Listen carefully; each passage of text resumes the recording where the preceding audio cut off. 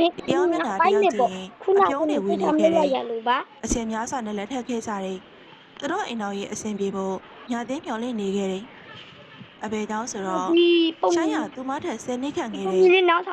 25နှစ်ဖြစ်ပြီးညာသိမ်းဟာ35နှစ်ဖြစ်တယ်အသက်အရွယ်ကွာခြားလွန်းတော့လေရှိုင်းရညာသိမ်းကိုသိချစ်တယ်ညာသိမ်းစိတ်ထဲမှာတော့သူတို့အိမ်တော်ကြီးလေးတာယာဖြောင်မြူးဖို့သာတွေးတော့ပြီးမျောလင့်နေခဲ့မိပါတယ်။မောင်ဒီမှာထမင်းဆိုင်နဲ့လွယ်အိတ်အလောက်သွားဖို့ပြင်ဆင်နေတဲ့ဆိုင်ကိုလွယ်အိတ်နဲ့ထမင်းဆိုင်ကမ်းပေးလိုက်သူကညလေမကောင်းဘူးဒီဇလန်မကောင်းဒီဇလန်လုံးဝမကောင်းဘူးတော့မောင်ညာသိရပြုံးလိုက်ပြီးဒီ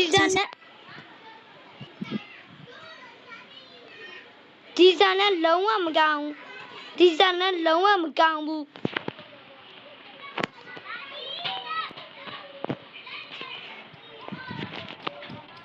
အမေကဘာဖြစ်ချင်လဲပါရိုက်ခံချင်နေရငါလက်စမ်းမိရလို့တိတ်အောင်မှာကားလိုက် DJ Windtime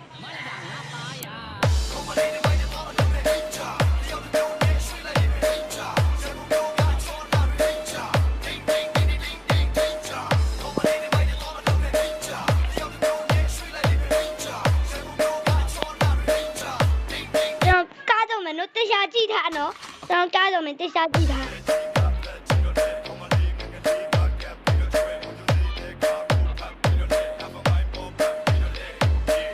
အမ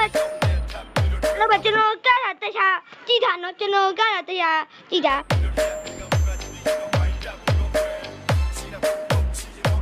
ကျွန်တော်ကြီးကနေပါပြီဒီလိုမျိုးကကနေ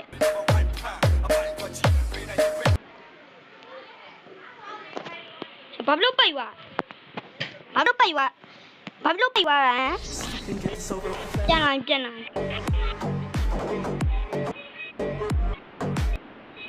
What the fuck What the fuck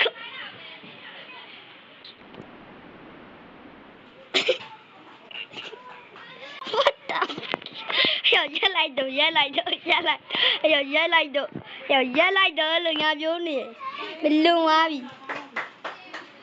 အားရအမေမြက်ပါရိုက်မှာနော်ပါရိုက်စာမရိုက်